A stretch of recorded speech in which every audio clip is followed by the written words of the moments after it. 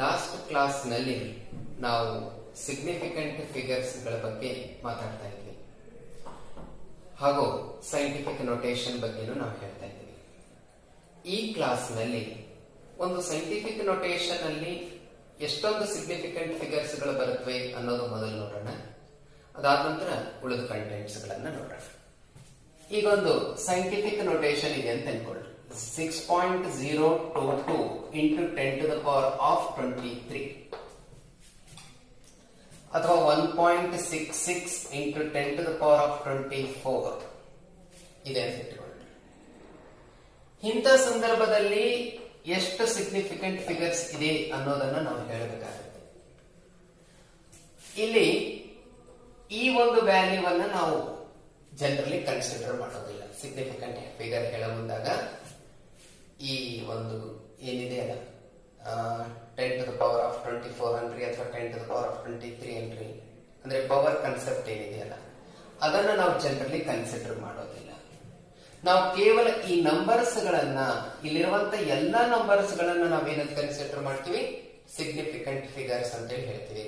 ಹಾಗಾದ್ರೆ ಈ ಒಂದು ಸೈಂಟಿಫಿಕ್ ನೊಟೇಷನ್ ವ್ಯಾಲ್ಯೂ ನಲ್ಲಿ ಎಷ್ಟು ಸಿಗ್ನಿಫಿಕೆಂಟ್ ಫಿಗರ್ಸ್ ಗಳಿದೆ ಅಂದ್ರೆ 1, 2, 3, 4. So therefore 4 significant figures are there. ಇದರಲ್ಲಿ 4 ಸಿಗ್ನಿಫಿಕೆಂಟ್ ಫಿಗರ್ಸ್ ಇದೆ ಅಂತ ಹೇಳಿ ಗೊತ್ತಾಗುತ್ತೆ. ಅದೇ ತರ ಇಲ್ಲಿ ನಾವು ಗಮನಿಸಿದಾಗ ಇಲ್ಲಿನೂ 10 to the power of 24 ಇದೆ. ಹಾಗಾಗಿ ನಾವು ಇಲ್ಲಿ 3 ಸಿಗ್ನಿಫಿಕೆಂಟ್ ಫಿಗರ್ಸ್ ಗಳಿದೆ ಅಂತ ಹೇಳಿ ಹೇಳ್ತೀವಿ. ಸಿಗ್ನಿಫಿಕೆಂಟ್ ಫಿಗರ್ ಇದೆ ಅಂತ ಹೇಳಿ ಹೇಳ್ತೀವಿ. ಅದೇ ತರ 2.66 into 10 to the power of -4 ಅಂತ ಅನ್ಕೊಳ್ರಿ. ಅವಾಗ ನಾವು ಸಿಗ್ನಿಫಿಕೆಂಟ್ ಫಿಗರ್ ಹೇಳೋದೆಷ್ಟು? 1, 2, 3. ಅದೇ ತರ 1.7843 into 10 to the power of -10 ಇತ್ತಂತ ಇಟ್ಕೋರಿ. ಅವಾಗ್ಲೂ ಸಹಿತ 1, 2, 3, 4, 5 ಸಿಗ್ನಿಫಿಕೆಂಟ್ ಫಿಗರ್ಸ್ ಗಳಿದೆ ಅಂತ ಹೇಳಿ ಹೇಳ್ತೀವಿ. ಸೊ ಇದು ಸೈಂಟಿಫಿಕ್ ನೊಟೇಷನ್ಸ್ ಗಳಲ್ಲಿ ಗಮನಿಸಬೇಕಾದಂತಹ ಸಿಗ್ನಿಫಿಕೆಂಟ್ ಫಿಗರ್ಸ್ ಗಳು. ಸೊ ಎಕ್ಸಾಮ್ ದಲ್ಲಿ ಅನ್ಬಹುದು, ಅಬ್ಜೆಕ್ಟಿವ್ ಟೈಪ್ ಕ್ವಶನ್ಸ್ ಗಳಲ್ಲಿ ಅನ್ಬಹುದು, ಅವರು ಈ ರೀತಿ ವ್ಯಾಲ್ಯೂಸ್ ಗಳನ್ನ ಕೊಟ್ಟಿರ್ತಾರೆ. ಅಲ್ಲಿ ಎಷ್ಟು ಸಿಗ್ನಿಫಿಕೆಂಟ್ ಫಿಗರ್ಸ್ ಗಳಿದೆ ಅನ್ನೋದನ್ನು ಸಹಿತ ಅವರು ಕೇಳಿರ್ತಾರೆ. ಸೊ ಇವು ಎಕ್ಸಾಂಪಲ್ಸ್ ಗಳನ್ನ ನೀವು ಗಮನಿಸಿದಾಗ ಸಾಮಾನ್ಯವಾಗಿ ಈ 10 to the power ಏನಿದೆಯಲ್ಲ ಇದನ್ನ ನಾವೇನ್ ಮಾಡೋದಿಲ್ಲ, ಕನ್ಸಿಡರ್ ಮಾಡೋದಿಲ್ಲ. ಓಕೆ, ಸೈಂಟಿಫಿಕ್ ನೊಟೇಷನ್ ಅಲ್ಲಿ ಬರುವಂತಹ ಈ ಒಂದು 10 to the powers ವ್ಯಾಲ್ಯೂಸ್ ಏನಿದೆಯಲ್ಲ ಅವನ್ನ ನಾವು ಗಮನಿಸೋದಿಲ್ಲ. ಕೇವಲ ವ್ಯಾಲ್ಯೂಸ್ ಗಳಲ್ಲಿ ಬರುವಂತ ಎಲ್ಲಾ ಡಿಜಿಟ್ಸ್ ಗಳು ಏನ್ ಅನಿಸ್ಕೊಳ್ಳುತ್ತವೆ, ಸಿಗ್ನಿಫಿಕೆಂಟ್ ಫಿಗರ್ ಅಂತ ಅನಿಸ್ಕೊಳ್ಳುತ್ತವೆ. ಇದು ಫಸ್ಟ್ ಪಾಯಿಂಟ್ ಆಯ್ತು. ಸೆಕೆಂಡ್ ಪಾಯಿಂಟ್ ಬರೋಣ. ಓಕೆ, ಸೆಕೆಂಡ್ ಪಾಯಿಂಟ್ ನಲ್ಲಿ ಆ ಕನ್ಸೆಪ್ಟ್ ಅನ್ನು ನಾವೀಗ ನೋಡೋಣ. ಆಕ್ಚುಲಿ ಕೆಮಿಸ್ಟ್ರಿ ಅಂದಾಗ ಎಕ್ಸ್ಪೆರಿಮೆಂಟ್ಸ್ ಗಳು ಬರುತ್ತೆ. ಯಾಕಂದ್ರೆ ನಾವು ಎಕ್ಸ್ಪೆರಿಮೆಂಟ್ಸ್ ಗಳ ಮುಖಾಂತರನೇ ಕೆಮಿಸ್ಟ್ರಿ ಎಕ್ಸ್ಪ್ಲೈನ್ ಮಾಡ್ತೀವಿ. ಯಾವುದೇ ಒಂದು ಎಕ್ಸ್ಪೆರಿಮೆಂಟ್ ಅಂದಾಗ ಅದರಲ್ಲಿ 2 ವ್ಯಾಲ್ಯೂಸ್ ಗಳು ನಾವು ಗಮನಿಸ್ತೀವಿ. ಒಂದು ಟ್ರೂ ವ್ಯಾಲ್ಯೂ,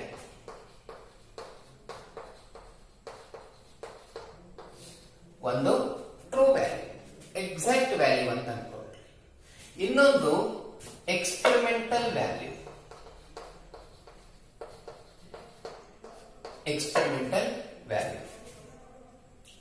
ಈ ಎಕ್ಸ್ಪೆರಿಮೆಂಟಲ್ ವ್ಯಾಲ್ಯೂ ಅನ್ನ ಗಮನಿಸಿದಾಗ ಅಲ್ಲಿ 2 ಲಿಮಿಟೇಷನ್ಸ್ ಗಳು ಬರ್ತವೆ. ಒಂದು, ವ್ಯಕ್ತಿಯಿಂದ ವ್ಯಕ್ತಿಗೆ ಬೇರೆ ಆಗ್ತಾ ಹೋಗುತ್ತೆ. ಸೇಮ್ ಆನ್ಸರೇ ವ್ಯಕ್ತಿಯಿಂದ ವ್ಯಕ್ತಿಗೆ ಏನಾಗುತ್ತೆ, ಬೇರೆ ಬೇರೆ ಕಂಡು ಬರುತ್ತೆ. ನಂತರ ಎರಡನೇದೇನಪ್ಪಾ ಅಂದ್ರೆ ಇನ್ಸ್ಟ್ರೂಮೆಂಟ್ ಲಿಮಿಟೇಷನ್.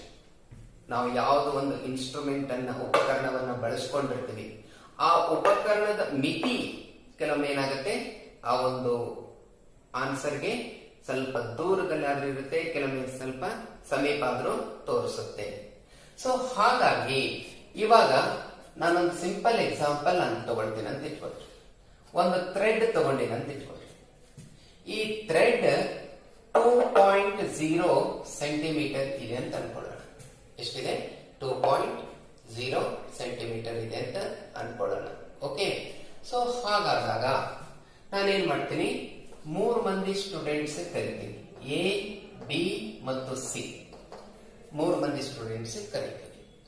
ಕರೆದ ನಂತರ ಒಬ್ಬನೇನ್ ರಿಪೋರ್ಟ್ ಮಾಡ್ತಾನೆ, 1.99 ಸೆಂಟಿಮೀಟರ್ ಅಂತೇಳಿ ಹೇಳ್ತಾನೆ.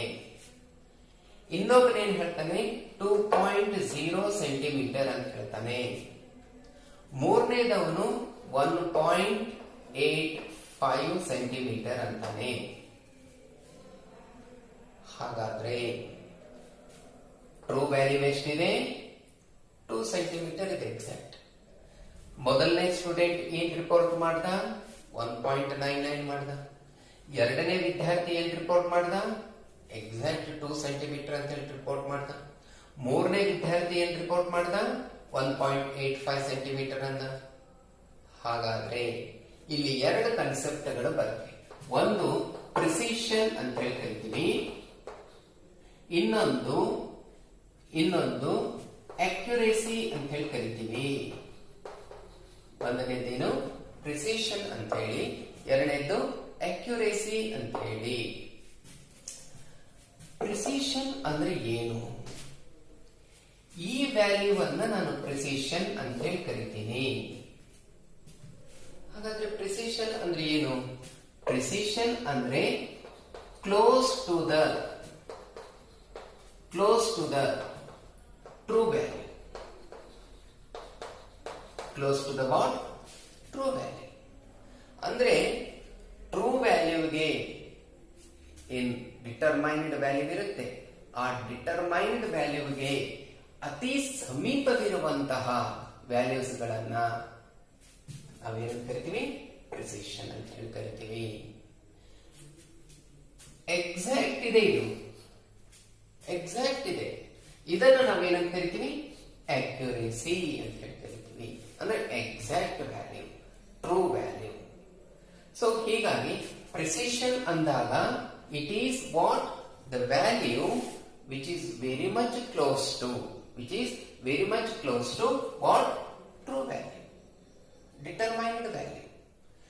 Then what is accuracy? It is exact value, or you can say it is the true value.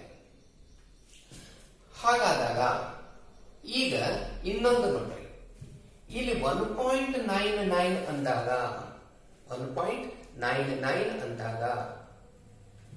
Almost ಇದನ್ನ ನಾನು ಏನಂತ ತಗೋಬಹುದು? 2 ಅಂತ ತಗೋಬಹುದಲ್ಲ. ಯಾಕಂದ್ರೆ ಎರರ್ ಎಷ್ಟಿದೆ? 0.1 ಇದೆ. ಎರರ್ ಎಷ್ಟಿದೆ? 0.1 ಇದೆ. ನೆಗ್ಲಿಜಿಬಲ್, ಅದು totally negligible.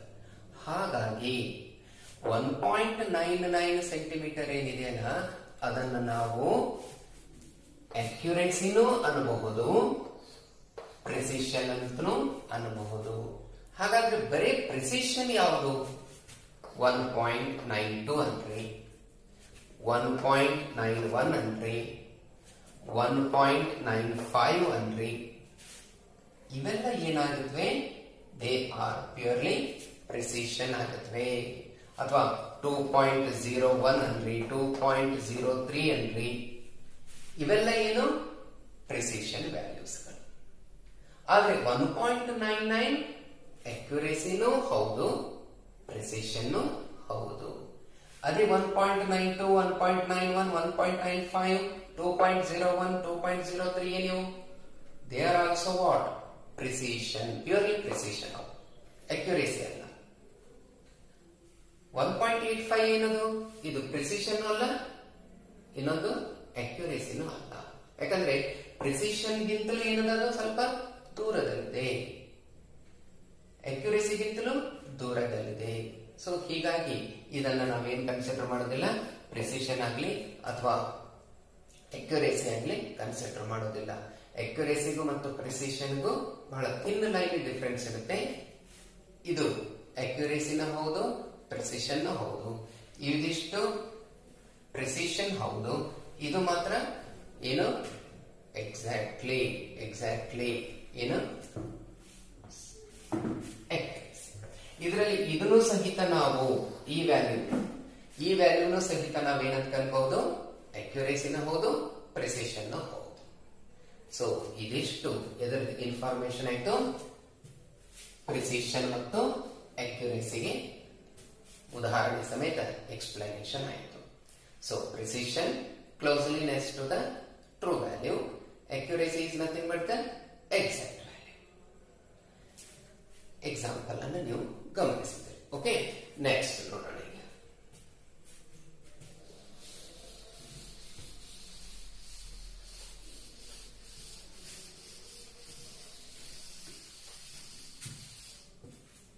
Next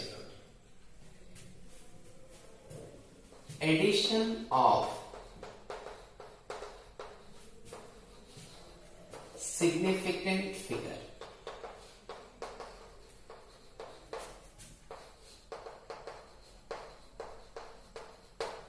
Addition of significant figure. Significant figures ಗಳನ್ನ ಆಡ್ ಯಾವ ರೀತಿ ಮಾಡಬಹುದು, ಸಬ್ಟ್ರಾಕ್ಟ್ ಯಾವ ರೀತಿ ಮಾಡಬಹುದು, ಮಲ್ಟಿಪ್ಲಿಕೇಶನ್ ಮತ್ತು ಡಿವಿಷನ್ ಅನ್ನ ಯಾವ ರೀತಿ ಮಾಡಬೇಕು, ಮತ್ತೆ ಆ ಬಂದಂತ ವ್ಯಾಲ್ಯೂನಲ್ಲಿ ಎಷ್ಟು ಸಿಗ್ನಿಫಿಕೆಂಟ್ ಫಿಗರ್ಸ್ ಗಳನ್ನ ಹೇಳಬೇಕು ಅನ್ನೋದು ನಾವು ನೋಡೋಣ. ಈಗ 4.1 3.26 ಇದನ್ನ ಕೂಡಿಸ್ತೀನಿ ನಾನು. ಇದು 6 ಆಸ್ ಇಟ್ ಈಸ್, ಇದು 1 plus 2 3 as it is, 4 plus 3 7 ಏನಾಯ್ತು 36 ಆಯ್ತು. ಈ ಬಂದಂತ ವ್ಯಾಲ್ಯೂನಲ್ಲಿ ಸಿಗ್ನಿಫಿಕೆಂಟ್ ಫಿಗರ್ ಅನ್ನು ಯಾವ ರೀತಿ ಹೇಳಬೇಕು ನೋಡಿ.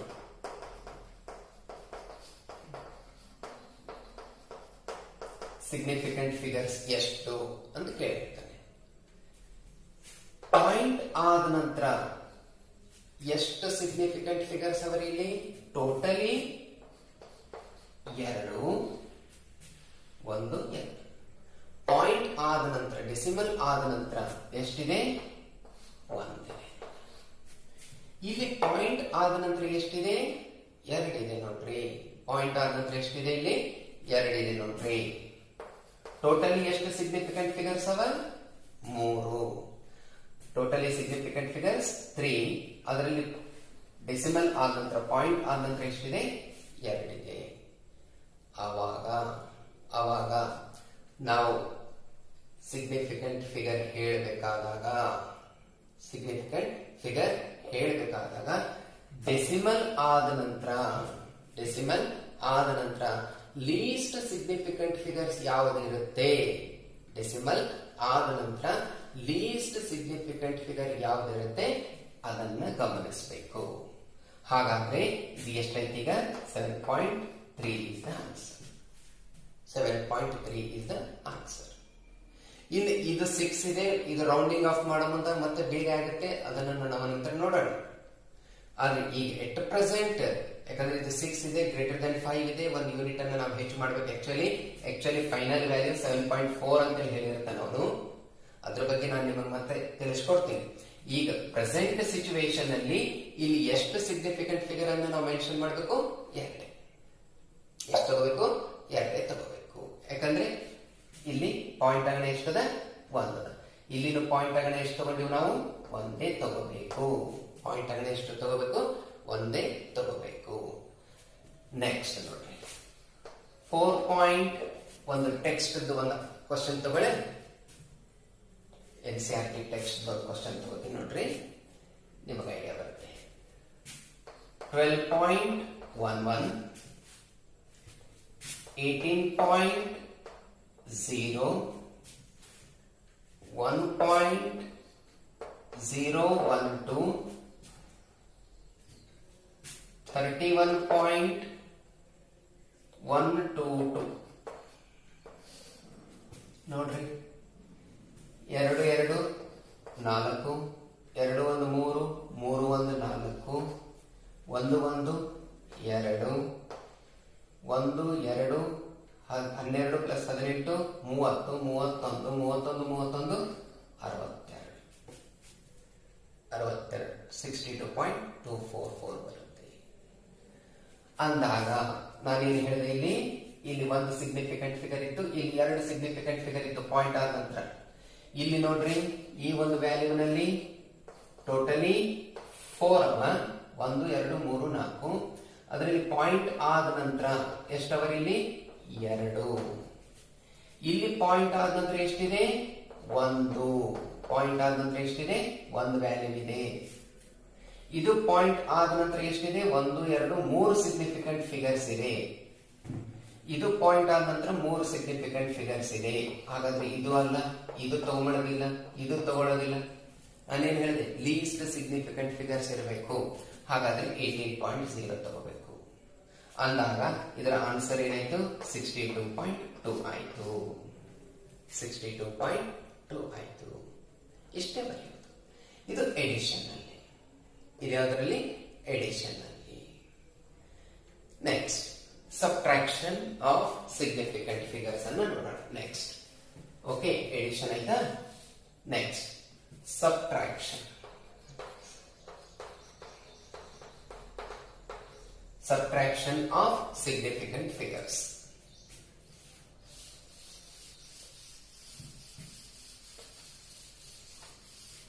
Subtraction of significant figures. Note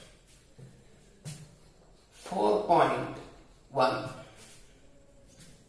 3.26 ಅಂತ ಇಟ್ಕೊಳ್ಳಿ. ಇವಾಗ ಇದನ್ನ ನಾನು ಮೈನಸ್ ಮಾಡ್ತೀನಿ. ಓಕೆ, 4.1 3.26 ಇದು 4, ಇದು 10 ಆಯ್ತು, 8 ಇದು 3 ಆಯ್ತು, 0.84 ಆನ್ಸರ್ ಬಂತು. ಕರೆಕ್ಟ್? ಸೊ 0.84 ಬಂದಾಗ ಇಲ್ಲಿ ನೋಡ್ರಿ, ಡೆಸಿಮಲ್ ಆದ ನಂತರ ಏನದ? ಒಂದೇ ಸಿಗ್ನಿಫಿಕೆಂಟ್ ಫಿಗರ್ ಅದ. ಡೆಸಿಮಲ್ ಅಂದ್ರೆ ಪಾಯಿಂಟ್ ಆದ ನಂತರ ಎಷ್ಟು ಸಿಗ್ನಿಫಿಕೆಂಟ್ ಫಿಗರ್ಸ್ ಅವ? 2 ಅವ. ಇಲ್ಲಿ 1 ನೋಡ್ರಿ, ಟೋಟಲ್ 2 ಅವ. Total 2 significant figure. ಆದ್ರೆ ಪಾಯಿಂಟ್ ಆದ ನಂತರ ಎಷ್ಟವ? 1. ಇಲ್ಲಿ ಪಾಯಿಂಟ್ ಆದ ನಂತರ ಎಷ್ಟವ? 2 ಅವ. ಸೊ ಹೀಗಾಗಿ ನಾನು ಯಾವ್ದು ಕನ್ಸಿಡರ್ ಮಾಡಬೇಕು? ಲೀಸ್ಟ್ ಇದ್ದದ್ದು. ಹಾಗಾದ್ರೆ ಇದರ ಆನ್ಸರ್ ಎಷ್ಟಾಯ್ತು? 0.8 is the answer. 0.8 is the answer. ಅಂದ್ರೆ ಸಿಗ್ನಿಫಿಕೆಂಟ್ ಫಿಗರ್ಸ್ ಎಷ್ಟಿಲ್ಲಿ? ಒಂದೇ. ಸೊ ಹೀಗಾಗಿ ಒಂದು ಗಮನಿಸ್ತ್ರಿ, ಎಡಿಷನ್ ಮತ್ತು ಸಬ್ಟ್ರಾಕ್ಷನ್ ನಲ್ಲಿ ಡೆಸಿಮಲ್ ಆದ ನಂತರ ಎಷ್ಟು ಸಿಗ್ನಿಫಿಕೆಂಟ್ ಫಿಗರ್ಸ್ ಇರ್ತಾವ, ಅದರಲ್ಲಿ ಲೀಸ್ಟ್ ಯಾವ್ದಿರುತ್ತೆ? ನಂಬರ್ಸ್ ಸಾಕಷ್ಟು ಇರ್ತಾವ, ಅದರಲ್ಲಿ ಲೀಸ್ಟ್ ಯಾವ್ದಿರುತ್ತೆ, ಕಡಿಮೆ ಯಾವ್ದಿರುತ್ತೆ, ಕಡಿಮೆ ಸಿಗ್ನಿಫಿಕೆಂಟ್ ಫಿಗರ್ ಯಾವ್ದಿರುತ್ತೆ, ಅದನ್ನ ನಾವು ಲೆಕ್ಕಕ್ಕೆ ತಗೊಳ್ಬೇಕು. ಇದು ಸಬ್ಟ್ರಾಕ್ಷನ್. ಇವಾಗ 4.26 ಅದನ್ನು ಇಟ್ಕೊಳ್ಳಿ. ಇಲ್ಲಿ 1.12 ಅದನ್ನು ಇಟ್ಕೊಳ್ಳಿ, ಮೈನಸ್ ಮಾಡಿದ್ದೇವೆ. ಅವಾಗ ನೋಡಿ, 6ರಲ್ಲಿ 2 ಹೋದ್ರೆ 4, 2ರಲ್ಲಿ 1 ಹೋದ್ರೆ 1, 4ರಲ್ಲಿ 1 ಹೋದ್ರೆ 3. ಇಲ್ಲಿ ನೋಡ್ರಿ, ಪಾಯಿಂಟ್ ಆದ ನಂತರ 2 ಅವ. ಇಲ್ಲೂ ಪಾಯಿಂಟ್ ಆದ ನಂತರ 2 ಸಿಗ್ನಿಫಿಕೆಂಟ್ ಫಿಗರ್ಸ್ ಇದೆ, ಅಂದ್ರೆ ಮಿನಿಮಮ್ 2 ಅವ. ಸೊ ಹೀಗಾಗಿ ಆನ್ಸರ್ ಏನಾಗಬೇಕು? 3.14, ಅಂದ್ರೆ 2 ತಗೋಬೇಕು. ತಿಳಿತಾ? So this is all about addition as well as subtraction of significant figures. ಇನ್ನು ನೆಕ್ಸ್ಟ್ ಬರೋದು ಮಲ್ಟಿಪ್ಲಿಕೇಶನ್ ಅಂಡ್ ಡಿವಿಷನ್. ಮಲ್ಟಿಪ್ಲಿಕೇಶನ್ ಮತ್ತು ಡಿವಿಷನ್ ಬಗ್ಗೆ ನಾವು ನೋಡೋಣ. Okay,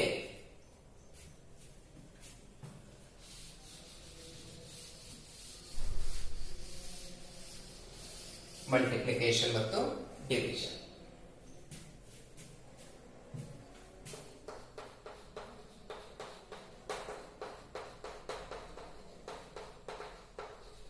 Multiplication of significant figures. One example, 2.1 into 1.3 4 ಅಂತ ಇಟ್ಕೊಳ್ಳೋಣ. 2.1 into 1.34 ಎಷ್ಟಾಗ್ಬೋದ್ರಿ? ಸೊ 2.1 into 1.34 2.814 ಆಯ್ತಾ. ಸರಿ, ಇವಾಗ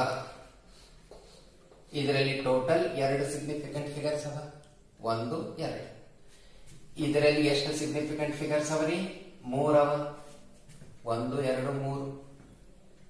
ಮಲ್ಟಿಪ್ಲಿಕೇಶನ್ ಆಫ್ ಸಿಗ್ನಿಫಿಕೆಂಟ್ ಫಿಗರ್ಸ್ ನಲ್ಲಿ ಆನ್ಸರ್ ಏನ್ ಬರುತ್ತೆ? ರಿಸಲ್ಟೆಂಟ್ ಆನ್ಸರ್ ನಲ್ಲಿ ನಾವು ನಂಬರ್ ಆಫ್ ಸಿಗ್ನಿಫಿಕೆಂಟ್ ಫಿಗರ್ಸ್ ಯಾವ್ದಕ್ಕೆ ಹೇಳ್ಕೋಬೇಕು?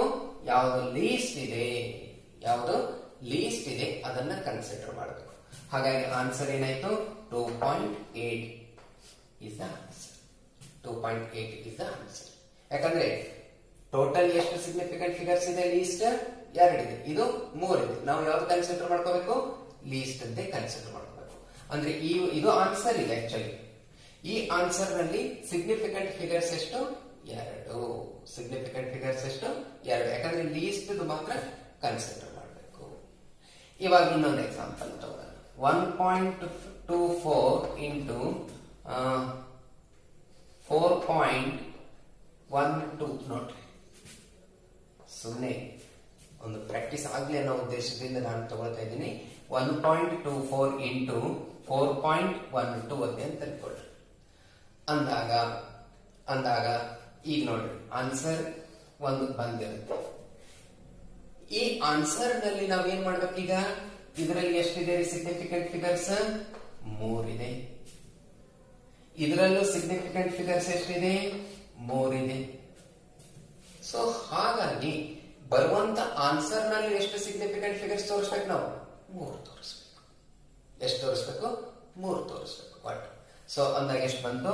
5.108 ಬಂದಿದೆ ಅಂತ ತಿಳ್ಕೊಂಡ್ರೆ 5.108 ಬಂದಿದೆ. ನಾನು ಎಷ್ಟು ತಗೋಬೇಕು ಈಗ? ಎಷ್ಟು ತಗೋಬೇಕು? 3 ತಗೋಬೇಕು. ಸೊ ಆನ್ಸರ್ ಏನಾಗುತ್ತೆ? 5.10. That is the answer.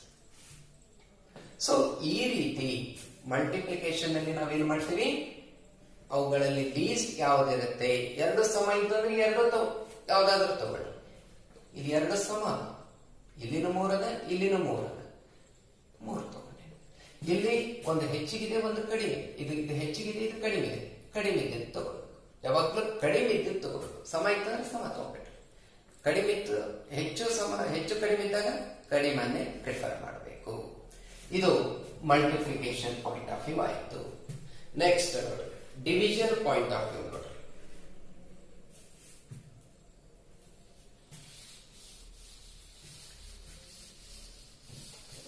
Division point of view ನೋಡ್ರಿ. So division point of view ನೋಡಿದಾಗ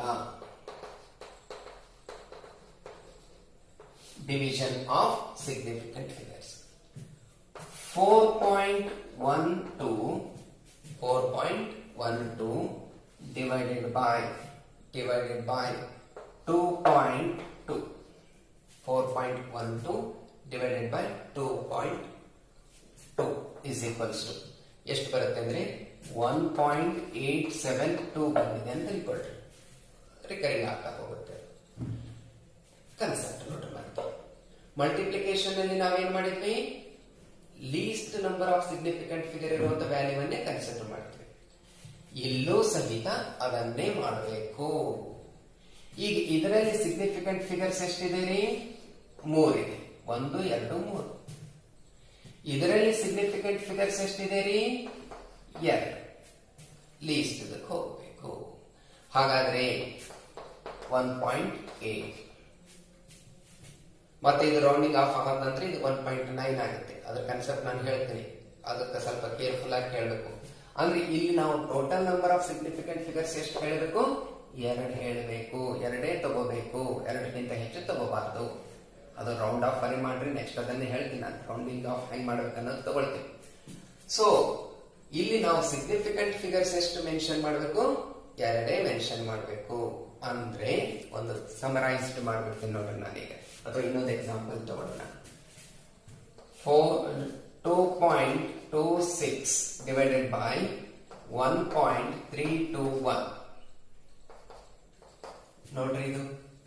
ಸೊ ಇದು 1.710 ಬಂದ ಆನ್ಸರ್. 1.710. ಇಲ್ಲಿ ಎಷ್ಟಿದೆ? 3. ಇಲ್ಲಿ ಎಷ್ಟಿದೆ? 4. ಅಂದ್ರೆ ಇಲ್ಲಿ 3 ಸಿಗ್ನಿಫಿಕೆಂಟ್ ಫಿಗರ್, ಇಲ್ಲಿ 4 ಸಿಗ್ನಿಫಿಕೆಂಟ್ ಫಿಗರ್. ಲೀಸ್ಟ್ ಯಾವ್ದ್ರಿ? ಇದು. ಅಂದಾಗ ಟೋಟಲ್ ನಮಗೆ ಎಷ್ಟು ಬೇಕು? 3. So answer 1.7 marks. ಟೋಟಲ್ 3 ಬಂತು ನೋಡ್ರಿ. ಸೊ ಹೀಗಾಗಿ ಮಲ್ಟಿಪ್ಲಿಕೇಶನ್ ಮತ್ತು ಡಿವಿಷನ್ ಅಲ್ಲಿ ಲೀಸ್ಟ್ ಹೋಗೋಣ. List number of significant figure ಇರುವಂತ ವ್ಯಾಲ್ಯೂವನ್ನ ನಾವು ಕನ್ಸಿಡರ್ ಮಾಡ್ತೀವಿ ಆನ್ಸರ್ ನಲ್ಲಿ ಇಡೋ ಬಂದಾಗ. ಅಡಿಷನ್ ಮತ್ತು ಸಬ್ಟ್ರಾಕ್ಷನ್ ಅಲ್ಲಿ ಡೆಸಿಮಲ್ ಆದ ನಂತರ least number of significant figures ಹೋಗ್ತೀವಿ. ಸೊ ಇದು summary. Okay, excuse me. So ಅಂದಾಗ ಒಂದ್ಸಲ ಸಮರೈಸ್ ಮಾಡಿಬಿಡ್ತೀನಿ ನೋಡ್ರಿ. Addition and subtraction of significant figures ನಲ್ಲಿ ರಿಸಲ್ಟೆಂಟ್ ವ್ಯಾಲ್ಯೂ ನಲ್ಲಿ ಬಂದಾಗ ನಾವು ಯಾವ್ದಕ್ಕೆ ಹೋಗ್ತೀವಿ? ಯಾವ್ದು ಮೆನ್ಷನ್ ಮಾಡ್ತೀವಿ?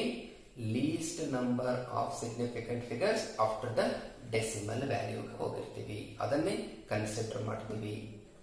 ಇನ್ನು ಮಲ್ಟಿಪ್ಲಿಕೇಶನ್ ಮತ್ತು ಡಿವಿಷನ್ ಬಂದಾಗ total number of significant figures ಯಾವುದು ಕಡಿಮೆ ಇದೆ ಅದನ್ನ ಮೆನ್ಷನ್ ಮಾಡುತ್ತೆ. ಓಕೆ, ಸೊ ಇದಿಷ್ಟು ಏನಾಯ್ತು? Total, addition, subtraction, division and multiplication ಆಯ್ತು. ಇವಾಗ next rounding up of non significant figures. ಯಾಕಂದ್ರೆ ವ್ಯಾಲ್ಯೂ ಹೆಂಗೆ ಹೆಚ್ಚುತ್ತಾ ಹೋಗುತ್ತೆ. ಫಾರ್ ಎಕ್ಸಾಂಪಲ್ 1.12345 ಅದಂತ ಇಟ್ಕೊಳ್ಳಿ. ಈ ವ್ಯಾಲ್ಯೂಸ್ ಗಳೇನಿದೆ ಇವೆಲ್ಲ ನಾನ್ ಸಿಗ್ನಿಫಿಕೆಂಟ್ ರೇಂಜ್ ನಾಗ ಬಂದ್ಬಿಡ್ತಾವ. ಸಿಗ್ನಿಫಿಕೆಂಟ್ ಅಂದ್ರೆ ಡಿಟರ್ಮೈನ್ಡ್ ವ್ಯಾಲ್ಯೂಸ್, ಅಂದ್ರೆ ಖಚಿತವಾಗಿ ಇರುವಂತ ವ್ಯಾಲ್ಯೂಸ್ ಗಳಂದ್ರೆ ಇಲ್ಲಿ ತನ ಹೇಳ್ತೀವಿ. ಮುಂದೆ ಬರುವಂತ ವ್ಯಾಲ್ಯೂಸ್ ಗಳು ಏನಾಗ್ತಾವ? ಅಸ್ಯೂಮ್ಡ್ ಟು ಬಿ ಆಗ್ತಾವ, ಊಹಾ ಒಂದು ವ್ಯಾಲ್ಯೂಸ್ ಗಳಾಗುತ್ತವೆ. ಸೊ ಅಂತ ನಾನ್ ಸಿಗ್ನಿಫಿಕೆಂಟ್ ಫಿಗರ್ಸ್ ಗಳನ್ನ ರೌಂಡ್ ಆಫ್ ಮಾಡೋದು ಮುಖ್ಯ ಆಗುತ್ತೆ. ಸೊ ಆ ರೌಂಡಿಂಗ್ ಯಾವ ರೀತಿ ಮಾಡಬೇಕು ಅನ್ನೋದು ನಾವು ನೆಕ್ಸ್ಟ್ ನೋಡೋಣ. Okay, so next rounding up of non significant figures.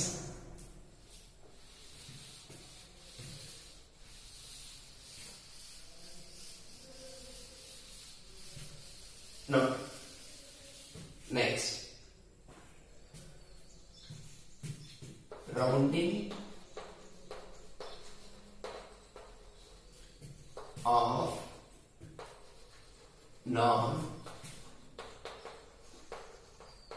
non-significant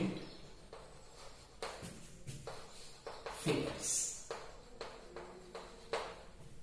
Rounding of non-significant figures. Okay, now ಇವಾಗ ಇಲ್ಲಿ 3 ಕಾನ್ಸೆಪ್ಟ್ಗಳು ಬರುತ್ತೆ. ಇಲ್ಲಿ ಮುಂದೆ ಬರುತ್ತೆ ನೋಡಿ, 2 and 3 3 ಕಾನ್ಸೆಪ್ಟ್ಗಳು ಬರುತ್ತೆ. ಏನ್ ಕಾನ್ಸೆಪ್ಟ್ಗಳು? ಇಲ್ಲಿ ಸಾಮಾನ್ಯವಾಗಿ ನಾವೇನ್ ಮಾಡ್ತೀವಿ? ರೈಟ್ ಮೋಸ್ಟ್ ಡಿಜಿಟ್ಸ್ ಗಳನ್ನ ರೌಂಡಿಂಗ್ ಆಫ್ ಮಾಡ್ತೀವಿ. ಫಾರ್ ಎಕ್ಸಾಂಪಲ್ 1.340 ಅಂತ ಇಟ್ಕೊಳ್ಳಿ. ಇದಕ್ಕೆ ನಾನು ಮುಟ್ಟೋದಿಲ್ಲ, ನಾನು ಮುಟ್ಟೋದು ಈ ವ್ಯಾಲ್ಯೂಸ್ ಗಳಿಗೆ, ಅಂದ್ರೆ ನಾನ್ ಸಿಗ್ನಿಫಿಕೆಂಟ್ ಡಿಜಿಟ್ಸ್ ಗಳನ್ನ ರೌಂಡಿಂಗ್ ಅಪ್ ಮಾಡ್ಕೊಳ್ಳೋದು, ರೌಂಡಿಂಗ್ ಆಫ್ ಮಾಡ್ಕೊಳ್ಳೋದು. ಸೊ ಹಾಗಾಗಿ ಇಲ್ಲಿ ಒಂದು ವೇಳೆ ಯಾವ್ದು ವ್ಯಾಲ್ಯೂವನ್ನ ರೌಂಡ್ ಆಫ್ ಮಾಡ್ತೀವಿ, ಯಾವ ವ್ಯಾಲ್ಯೂವನ್ನ ರೌಂಡ್ ಆಫ್ ಮಾಡ್ಲಿಕ್ಕೆ ಹೋಗ್ತಾ ಇದ್ದೀವಿ, ಆ ವ್ಯಾಲ್ಯೂ ಒಂದು ವೇಳೆ ಗ್ರೇಟರ್ ದೆನ್ 5 ಇತ್ತು ಅಂದ್ರೆ, 5ಕ್ಕಿಂತ ಹೆಚ್ಚಿಗಿತ್ತು ಅಂದ್ರೆ ಒಂದು ಕನ್ಸಿಡರ್, 5ಕ್ಕಿಂತ ಕಡಿಮೆ ಇತ್ತು ಅಂದ್ರೆ ಇನ್ನೊಂದು ಕನ್ಸಿಡರೇಷನ್, ಈಕ್ವಲ್ಸ್ ಟು 5 ಇತ್ತಂದ್ರೆ ಮೂರನೇ ಕಂಡೀಷನ್. ಈಗ ಉದಾಹರಣೆಗೆ ಇಲ್ಲಿ ಅದ ನೋಡ್ರಿ, ಇಲ್ಲಿ ನಾನು ಇನ್ನೊಂದು ಸ್ವಲ್ಪ ವ್ಯಾಲ್ಯೂ ಬರೀತೀನಿ ನೋಡ್ರಿ. 1.340 ಅಂತ ಇಟ್ಕೊಳ್ರಿ. ಈಗ ನನಗ ಈ ವ್ಯಾಲ್ಯೂವನ್ನ ರೌಂಡ್ ಆಫ್ ಮಾಡೋದು ಅಂತ ತಿಳ್ಕೊಂಡ್ರಿ. 1.34 ನಲ್ಲಿ ಈ 4 ಅನ್ನ ರೌಂಡ್ ಆಫ್ ಮಾಡ್ಕೋಬೇಕು. ಹಾಗಾದ್ರೆ ಇದು ಎಷ್ಟದ? 4 ಅಂದಾಗ ಏನಾಯ್ತು? ಲೆಸ್ ದೆನ್ 5 ಆಯ್ತು. ಲೆಸ್ ದೆನ್ 5 ಅಂದಾಗ ಆಸ್ ಇಟ್ ಈಸ್ ಇಟ್ಬಿಟ್ರಿ.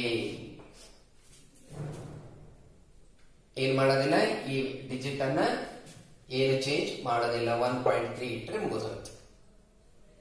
ಅಂದ್ರೆ ಲೆಸ್ ದೆನ್ 5 ಇದ್ದಾಗ ದ ಪ್ರಿಸೀಡಿಂಗ್ ವ್ಯಾಲ್ಯೂ ಅಂದ್ರೆ ಅದರ ಮೊದಲಿನ ಇರುವಂತ ನಂಬರ್ ಅಥವಾ ವ್ಯಾಲ್ಯೂ ಆಸ್ ಇಟ್ ಈಸ್ ಇಟ್ಟುಬಿಟ್ರಿ ಅಂತ ಹೇಳ್ತಾನೆ.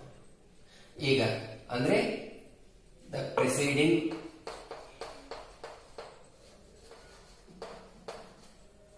Value is taken or written, you can say written as it is. The preceding value or number is written as it is. 4 ನನಗೆ round of ಮಾಡ್ಕೋಬೇಕಾಗಿದೆ, ತೆಗಿಬೇಕಾಗಿದೆ. ಅವಾಗ ನಾನು ಏನ್ ಮಾಡಬೇಕು, ಅದರ ಪ್ರಿಸೀಡಿಂಗ್ ನಂಬರ್ ಅಂದ್ರೆ ಇದು. ಇಲ್ಲಿ ಲೆಸ್ ದೆನ್ 5 ಇದ್ದಾಗ ಆಸ್ ಇಟ್ ಈಸ್ ಬರೀರಿ ಅಂತ ಹೇಳ್ತಾನೆ ಅವನು. ಇನ್ನೊಂದು ಎಕ್ಸಾಂಪಲ್ 1.43 ಇರುತ್ತೆ. ಹಾಗಾದ್ರೆ ನನಗೆ 3 ಒಮಿಟ್ ಮಾಡಬೇಕಾಗಿದೆ, ತೆಗಿಬೇಕಾಗಿದೆ. ಈ 3 ಏನದ, ಲೆಸ್ ದೆನ್ 5 ಅದ.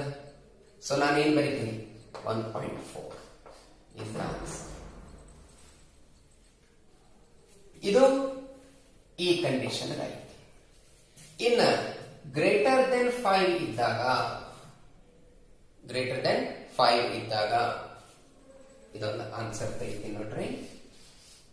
ಓಕೆ, ಗ್ರೇಟರ್ ದೆನ್ 5 ಇದ್ದಾಗ 1 ಪಾಯಿಂಟ್ ಅಥವಾ 2 ಪಾಯಿಂಟ್ ತಗೋರಿ. 2.67 ಇದೆ ಅಂತ ಇಟ್ಕೋರಿ. ಅಂದಾಗಿ ಈ 7 ರೌಂಡ್ ಆಫ್ ಮಾಡಬೇಕಾಗಿದೆ ನನಗೆ. ರೌಂಡ್ ಆಫ್ ಮಾಡಬೇಕಾದ್ರೆ 6 ಇದು 7, ಈ 7 ಏನಿದೆ ರೀ, ಗ್ರೇಟರ್ ದೆನ್ 5 ಇದೆ. So greater than 5 ಅಂದಾಗ the preceding value will be increased by 1 unit. Preceding value is increased by 1 unit. ಅಂದ್ರೆ ಎಷ್ಟಾಗ್ತದೆ, 2.7. ಸೊ ಅಂದಾಗ ಇಲ್ಲಿ ಸಿಗ್ನಿಫಿಕೆಂಟ್ ಫಿಗರ್ಸ್ ಎಷ್ಟಾದವು, 2. ಇಲ್ಲಿ ಸಿಗ್ನಿಫಿಕೆಂಟ್ ಫಿಗರ್ಸ್ ಎಷ್ಟಾದವು, 2. ಸೊ ಇದು ರೌಂಡಿಂಗ್ ಆಫ್ ಆಯ್ತು. ಇನ್ನೊಂದು ಎಕ್ಸಾಂಪಲ್ ನೋಡಿ, 1.11 ಪಾಯಿಂಟ್ ತಗೊಳ್ಳಿ. ಒಂದೇ ಡಿಜಿಟ್ ಇದ್ದಾಗ 2 ಡಿಜಿಟ್ಸ್ ತಗೊಳ್ಳಿ.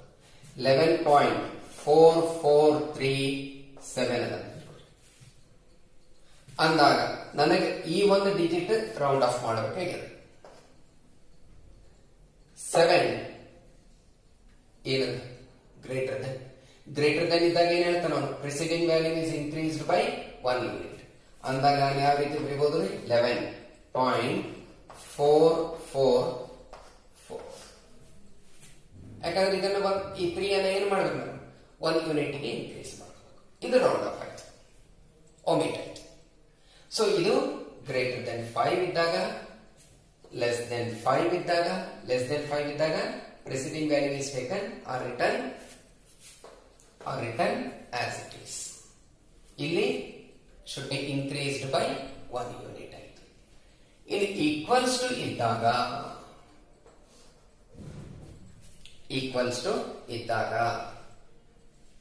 2 ಕಂಡೀಷನ್ಸ್ ಬರ್ತಾವ. ಒಂದು ಈವನ್ ನಂಬರ್ ಇರುತ್ತೆ, ಇನ್ನೊಂದು ಆಡ್ ನಂಬರ್ ಇದ್ದಾಗ 2 ಕಂಡೀಷನ್ಸ್ ಬರ್ತವೆ. ಒಂದು ಈವನ್ ನಂಬರ್, ಇನ್ನೊಂದು ಆಡ್ ನಂಬರ್. ಈವನ್ ನಂಬರ್ ಇದ್ದಾಗ ಈಗ ಫಾರ್ ಎಕ್ಸಾಂಪಲ್ 1.625 ಅಂತ ಇಟ್ಕೊಳ್ಳಿ. ಇದು 5 ಅದ, ಈಕ್ವಲ್ಸ್ ಟು 5 ಅದ. ಇದನ್ನ ನಾನು ಈಗ ಡಿಲೀಟ್ ಮಾಡಬೇಕು, ಒಮಿಟ್ ಮಾಡಬೇಕು, ತೆಗೆದು ಹಾಕಬೇಕು. ಈವನ್ ನಂಬರ್ ಇದ್ದಾಗ no change, as it is 1.62 ಬರಬೇಕು, ಮುಗಿತು. ಅಂದ್ರೆ ಇಲ್ಲಿ ಏನ್ ಬರೀತೀನಿ, preceding value is return as it is. Preceding value ಅಂದ್ರೆ before the value. Okay, so ಅದರ ಮೊದಲಿನ ನಂಬರ್, ಮೊದಲಿನ value as it is property. ಇನ್ನು ಆಡ್ ನಂಬರ್ ಇದ್ದಾಗ 1.635 ಅದಂತ ಇಟ್ಕೊಳ್ಳಿ. ಆಡ್ ನಂಬರ್ ಇದ್ದಾಗ, ಸೊ ಆಡ್ ನಂಬರ್ ಇದ್ದಾಗ 1.635 300 odd number. 5 preceding number should be increased by 1 unit. ಹಾಗಾದ್ರೆ ಇದು ಆನ್ಸರ್ ಎಷ್ಟಾಯ್ತು? 1.64 ಆಯ್ತು. ಅಂದ್ರೆ ಇಲ್ಲಿ ಏನ್ ಬರೀತೀರಿ? preceding number is increased by 1 unit.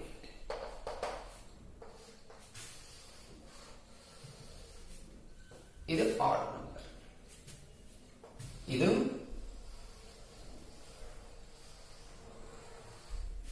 Even number. Even number ಇದ್ದಾಗ as it is, odd number ಇದ್ದಾಗ increased by 1 unit. So that is about the greater than, less than, equals to. Summarise ಮಾಡಿಬಿಡ್ತೇನೆ ನೋಡ್ರಿ. ಗ್ರೇಟರ್ ದೆನ್ 5 ಇದ್ದಾಗ 1 unit ಹೆಚ್ಚಿಗೆ ಮಾಡಬೇಕು, ಯಾವುದು? Presiding value. Less than 5 ಇದ್ದಾಗ as it is ಇಟ್ರಿ. ಈಕ್ವಲ್ಸ್ ಇದ್ದಾಗ 2 ಕಂಡೀಷನ್. ಈವನ್ ನಂಬರ್ ಇದ್ದಾಗ as it is, odd number ಇದ್ದಾಗ increased by 1 unit. So that is all about the what? Rounding off non significant figures. Okay, so ಇದಿಷ್ಟು ಏನಾಯ್ತು? Addition of, subtraction, multiplication, division of significant figure ಆಯ್ತು ಒಂದು concept. ಎರಡನೇ concept rounding off non significant figures. ಅದರಲ್ಲಿ 3 ಕಂಡೀಷನ್ಸ್ಗಳು, ಅಷ್ಟು conditions ಅನ್ನ ಈಗಾಗಲೇ ಕೇಳಿದ್ವಿ. ಈಗ ಇದ್ರ ಮೇಲೆ ಒಂದೆರಡು ಪ್ರಾಬ್ಲಮ್ಸ್ ಗಳನ್ನ ಮಾಡೋಣ. ಈ ಪ್ರಾಬ್ಲಮ್ಸ್ ಗಳ ಆದ ನಂತರ ಮುಂದಿನ ಕಾನ್ಸೆಪ್ಟ್ ಗೆ ಹೋಗೋಣ. ಓಕೆ, ಸೊ ನೆಕ್ಸ್ಟ್ ನೋಡ್ರಿ, ಒಂದೆರಡು ಪ್ರಾಬ್ಲಮ್ಸ್ ಗಳನ್ನ ನೋಡೋಣ. ಟೆಕ್ಸ್ಟ್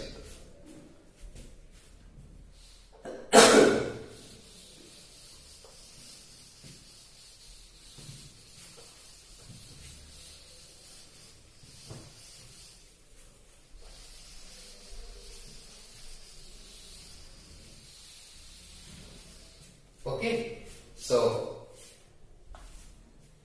ಒಂದು ಪ್ರಾಬ್ಲಮ್ ನೋಡೋಣ.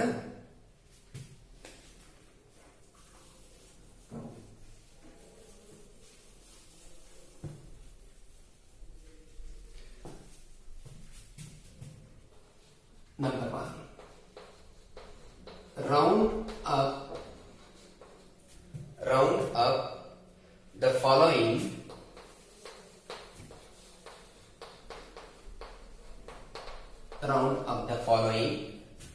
up to 3 significant figures.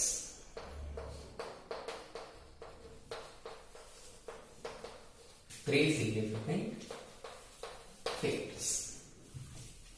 Okay, rounding up of the following up to 3 significant figures. ಮೊದಲು ಪ್ರಾಬ್ಲಮ್ ಕಂಪ್ಲೀಟ್ ಬರ್ಕೊಂಡ್ಬಿಡ್ತೀನಿ ನೋಡ್ರಿ. Number 1, 34.216. Second, 10.4107. Third, 0.04597. Fourth, 2808. Okay, ಅವನೇನ್ ಹೇಳಿದಾನೆ? ಈ ವ್ಯಾಲ್ಯೂಸ್ ಗಳನ್ನ ಏನ್ ಮಾಡಬೇಕು? 3 ಸಿಗ್ನಿಫಿಕೆಂಟ್ ಫಿಗರ್ಸ್ ತನ ಮಾತ್ರ ಇಟ್ಕೊಳ್ಬೇಕು ಅಂತ ಹೇಳಿದಾನೆ. ಇಲ್ಲಿ ಆಕ್ಚುಲಿ ಎಷ್ಟಿದೆ ನೋಡ್ರಿ? 1 2 3 4 5 ಸಿಗ್ನಿಫಿಕೆಂಟ್ ಫಿಗರ್ಸ್ ಇದೆ. ಇಲ್ಲಿ 1 2 3 4 5 6 ಸಿಗ್ನಿಫಿಕೆಂಟ್ ಫಿಗರ್ಸ್ ಇದೆ. ಇಲ್ಲಿ 1 2 3 4 ಇದೆ, ಇಲ್ಲಿ 4 ಇದೆ. ಅಂದ್ರೆ 5ರಿಂದ ನನಗೆ ಎಷ್ಟಕ್ಕೆ ಮಾಡಬೇಕು? 3. 6ರಿಂದ 3 ಇಳಿಸ್ಬೇಕು, 4ರಿಂದ 3 ಇಳಿಸ್ಬೇಕು, 4ರಿಂದ 3 ಇಳಿಸ್ಬೇಕು. ಇಲ್ಲಿ ರೌಂಡ್ ಅಪ್ ಅಂತ ಆ ಕಾನ್ಸೆಪ್ಟ್ ನೆನ್ಪು ಮಾಡ್ಕೋಬೇಕಿಲ್ಲ. ನಾವು ಲೆಸ್ ದೆನ್ 5 ಇದ್ದಾಗ ವ್ಯಾಲ್ಯೂ ಪ್ರೆಸಿಡಿಂಗ್ ವ್ಯಾಲ್ಯೂ ಏನಿರಬೇಕು? As it is. Greater than 5 ಇದ್ದಾಗ ಇನ್ಕ್ರೀಸ್ಡ್ ಬೈ 1 ಯೂನಿಟ್ ಇರಬೇಕು. ಈಕ್ವಲ್ಸ್ ಇದ್ದಾಗ ಈವನ್ ನಂಬರ್ ಇದ್ದಾಗ ಏನಿರಬೇಕು? As it is. ಆಡ್ ಇತ್ತು ಅಂದ್ರೆ ಇನ್ಕ್ರೀಸ್ಡ್ ಬೈ 1 ಯೂನಿಟ್. ಗಮನಿಸಿ. 1ನೇ 34.216 1 2 3 ಸಿಗ್ನಿಫಿಕೆಂಟ್ ಫಿಗರ್ಸ್ ನನಗೆ ಸಿಕ್ತು. ಈ ಪ್ರೆಸಿಡಿಂಗ್ ಈ ನಂಬರ್ ನೋಡ್ರಿ 1 ಅಂದ್ರೆ ಏನು? Less than 5 as it is. So answer is 34.2 is the answer. ಯಾಕಂದ್ರೆ ಇದು 1 ಏನದ? ಲೆಸ್ ದೆನ್ 5 ಇದೆ. ಲೆಸ್ ದೆನ್ 5 ಇದ್ರೆ as it is. Greater than 5 ಇದ್ರೆ 1 ಇನ್ಕ್ರೀಸ್ ಮಾಡಬೇಕು. 2ನೇದು ನೋಡ್ರಿ, ಇಲ್ಲಿ ಆಲ್ರೆಡಿ 2 ಅವ, 3 ಅಂದ್ರೆ ಈ ಡಿಜಿಟ್ ನಾನು ಒಮಿಟ್ ಮಾಡಬೇಕು, ಇವೆಲ್ಲ ತೆಗೆದುಬಿಡಬೇಕು. 1 ಏನದ? ಲೆಸ್ ದೆನ್ 5 ಅದ ಮತ್ತೆ. So answer 10.4 is the answer. ಯಾಕಂದ್ರೆ 1 ಏನದ? ಲೆಸ್ ದೆನ್ 5 ಅದ. ಥರ್ಡ್ ನೋಡ್ರಿ, ಇಲ್ಲಿ ಇವೆರಡಂತೂ ನಾನ್ ಸಿಗ್ನಿಫಿಕೆಂಟ್ ಆಯ್ತು. 1 2 3 4 ನನಗೆ ಇಲ್ಲಿ ಕನ್ಕ್ಲೂಡ್ ಮಾಡಬೇಕಾಗಿದೆ. 3ನೇ ಡಿಜಿಟ್ 7 ಅದ. ಕರೆಕ್ಟಾ? ಸೊ 7 ಅಂದಾಗ ಗ್ರೇಟರ್ ದೆನ್ 5 ಆಯ್ತು. 7 ಅಂದಾಗ ಗ್ರೇಟರ್ ದೆನ್ 5 ಆದಾಗ 1 ಇನ್ಕ್ರೀಸ್ ಮಾಡಬೇಕು. ಅವಾಗ ಏನಾಗುತ್ತೆ? 0.0460 is the answer. ಯಾಕಂದ್ರೆ ಇದು 7 ಗ್ರೇಟರ್ ದೆನ್ 5 ಅದ. ಗ್ರೇಟರ್ ದೆನ್ 5 ಇದ್ದಾಗ preceding number is increased by 1 unit. 1 unit ಅಂದ್ರೆ ಎಷ್ಟಾಯ್ತಿದ್ದು? 10 ಆಯ್ತು. 10 ಅಂದ್ರೆ ಇದು 5 ಇದ್ದದ್ದು ಏನಾಗ್ಬಿಡ್ತು? 6 ಆಗ್ಬಿಡುತ್ತೆ. ಸೊ ಹಾಗಾಗಿ 0.460. ಇಲ್ಲಿ 3 ಸಿಗ್ನಿಫಿಕೆಂಟ್ ಅವ, ಇಲ್ಲೂ 3 ಸಿಗ್ನಿಫಿಕೆಂಟ್ ಅವ, ಇಲ್ಲೂ 3 ಸಿಗ್ನಿಫಿಕೆಂಟ್ ಅವ. ಇದು ನೋಡ್ರಿ 2808. 8 ಏನದ? ಗ್ರೇಟರ್ ದೆನ್ 5 ಅದ. ಸೊ ಹಾಗಾಗಿ ನಾನು ಏನ್ ಮಾಡಬಹುದು? ಇದು 281 ಮಾಡ್ಬೋದು. That is about the all the 4 answers. ಇದಕ್ಕೂ 3 ಸಿಗ್ನಿಫಿಕೆಂಟ್ ಆದ, ಇದನ್ನು 3 ಸಿಗ್ನಿಫಿಕೆಂಟ್ ಆದ, ಇದನ್ನು 3 ಸಿಗ್ನಿಫಿಕೆಂಟ್ ಆದ, ಇದನ್ನು 3 ಸಿಗ್ನಿಫಿಕೆಂಟ್. ಇವೆರಡು ಗ್ರೇಟರ್ ದೆನ್ 5 ಎಕ್ಸಾಂಪಲ್, ಇವೆರಡು ಲೆಸ್ ದೆನ್ 5 ಗೆ ಎಕ್ಸಾಂಪಲ್. ಈಕ್ವಲ್ಸ್ ಇದ್ದಾಗ ಗಮನಿಸ್ತೀವಿ. ಏನು? ಈಕ್ವಲ್ಸ್ ಇದ್ದಾಗ ಈವನ್ ಇತ್ತು ಅಂದ್ರೆ ಆಸ್ ಇಟ್ ಈಸ್, ಆಡ್ ಇತ್ತು ಅಂದ್ರೆ 1 ಇನ್ಕ್ರೀಸ್ ಮಾಡಿ. Okay, so that is about the text question. ಇನ್ನೊಂದು ಕ್ವಶನ್ ನೋಡೋಣ. ಇದು ತೆಗಿನ. Okay,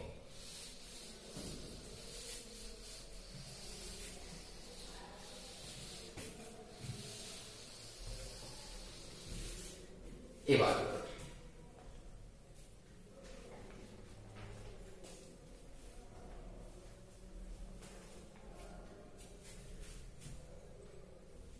how many significant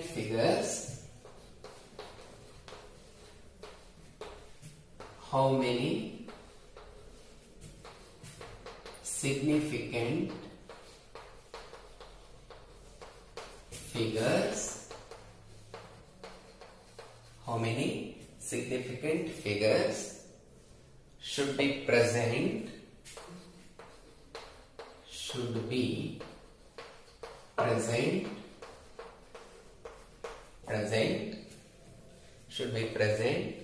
in the answer of the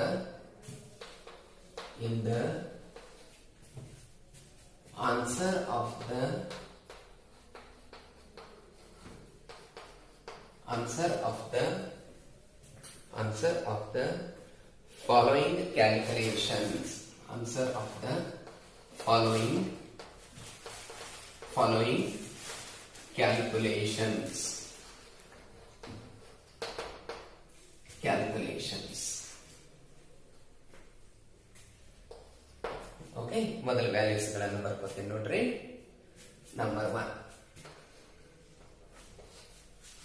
one ಏನಿದೆ ಅಂದ್ರೆ 0.02856 into 298.15 into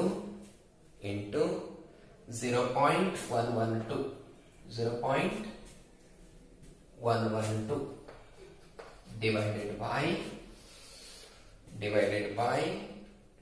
by 0.5785 ಇದು ಒಂದಾಯ್ತು.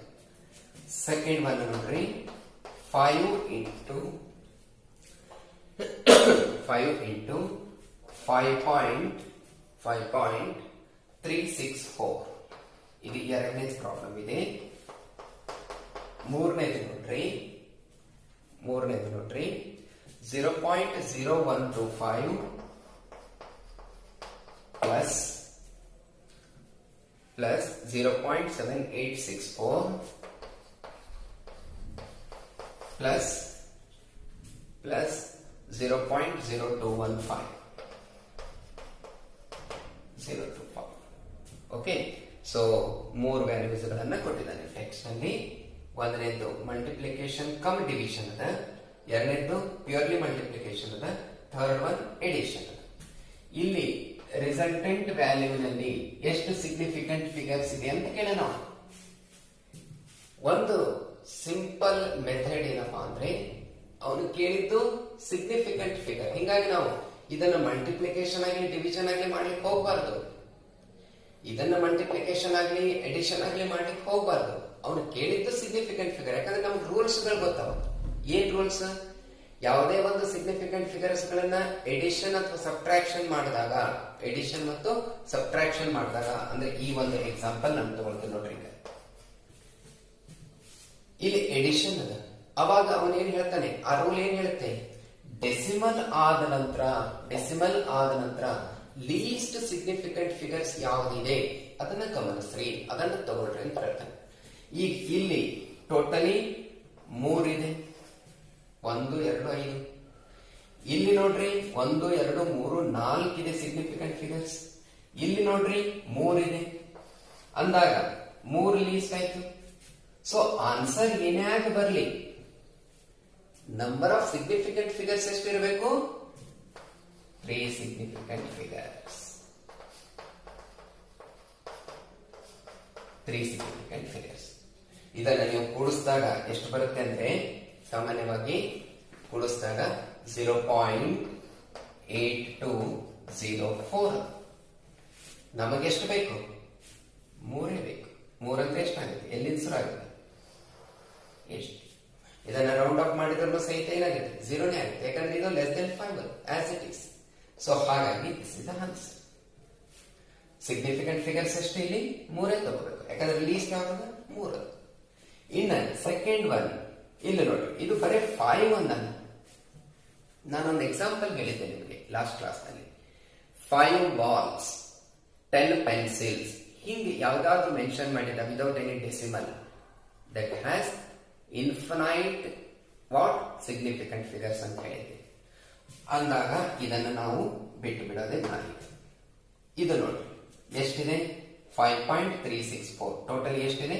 4. ಸೊ ಆನ್ಸರ್ ನಲ್ಲಿ ಏನಾಗ ಬರಲಿ ಆನ್ಸರ್, ಅದರಲ್ಲಿ ಎಷ್ಟು ಸಿಗ್ನಿಫಿಕೆಂಟ್ ಫಿಗರ್ ಇರಬೇಕು?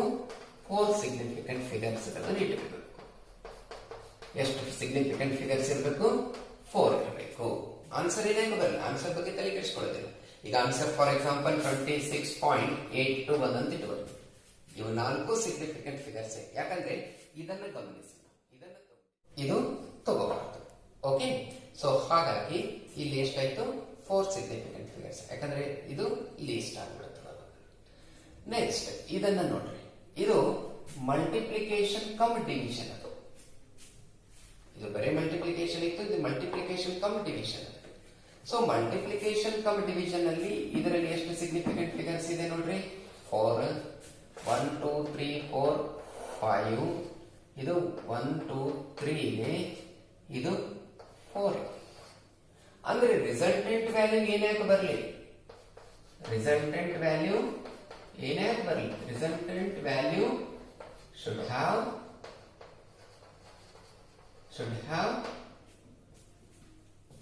least ಅಂದ್ರೆ 3 ಸಿಗ್ನಿಫಿಕೆಂಟ್ ಫಿಗರ್ಸ್ ಇರಬೇಕು. ಅಂದ್ರೆ ಇದರಲ್ಲಿ 3 ಸಿಗ್ನಿಫಿಕೆಂಟ್ ಫಿಗರ್ಸ್ ಗಳು ನಮಗೆ ಸಿಗ್ತಾವ, ಇದರಲ್ಲಿ 4 ಸಿಗ್ನಿಫಿಕೆಂಟ್ ಫಿಗರ್ ನಮಗೆ ಸಿಗ್ತಾವ, ಇದರಲ್ಲಿ 3 ಸಿಗ್ನಿಫಿಕೆಂಟ್ ಫಿಗರ್ಸ್ ಗಳು ನಮಗೆ ಸಿಗ್ತಾವ. ಸೊ ಹೀಗಾಗಿ ಎಡಿಷನ್ ಮತ್ತು ಸಬ್ಟ್ರಾಕ್ಷನ್ ಅಲ್ಲಿ ಆಫ್ಟರ್ ಡೆಸಿಮಲ್ ಲೀಸ್ಟ್ ಹುಡುಕಬೇಕು, ಮಲ್ಟಿಪ್ಲಿಕೇಶನ್ ಮತ್ತು ಡಿವಿಷನ್ ಅಲ್ಲಿ list number of significant figure value ಅನ್ನ ಹುಡುಕಬೇಕು. ಸೊ ಇದಿಷ್ಟು ಟೋಟಲ್ ಈ ಒಂದು ಸೈಂಟಿಫಿಕ್ ನೋಟೇಷನ್ ಆಗ್ಬೋದು, ಸಿಗ್ನಿಫಿಕೆಂಟ್ ಫಿಗರ್ಸ್ ಗಳ ಬಗ್ಗೆ, ರೌಂಡಿಂಗ್ ಆಫ್ ಅನ್ಬೋದು, ಎಲ್ಲ ಕಾನ್ಸೆಪ್ಟ್ ಬಗ್ಗೆ ಇರುವಂತ ಮಾಹಿತಿ ಆಯಿತು. ಇನ್ನು ನೆಕ್ಸ್ಟ್ ಸೆಷನ್ ಅಲ್ಲಿ ಉಳಿದ ಕಾನ್ಸೆಪ್ಟ್ ಅನ್ನ ನೋಡೋಣ.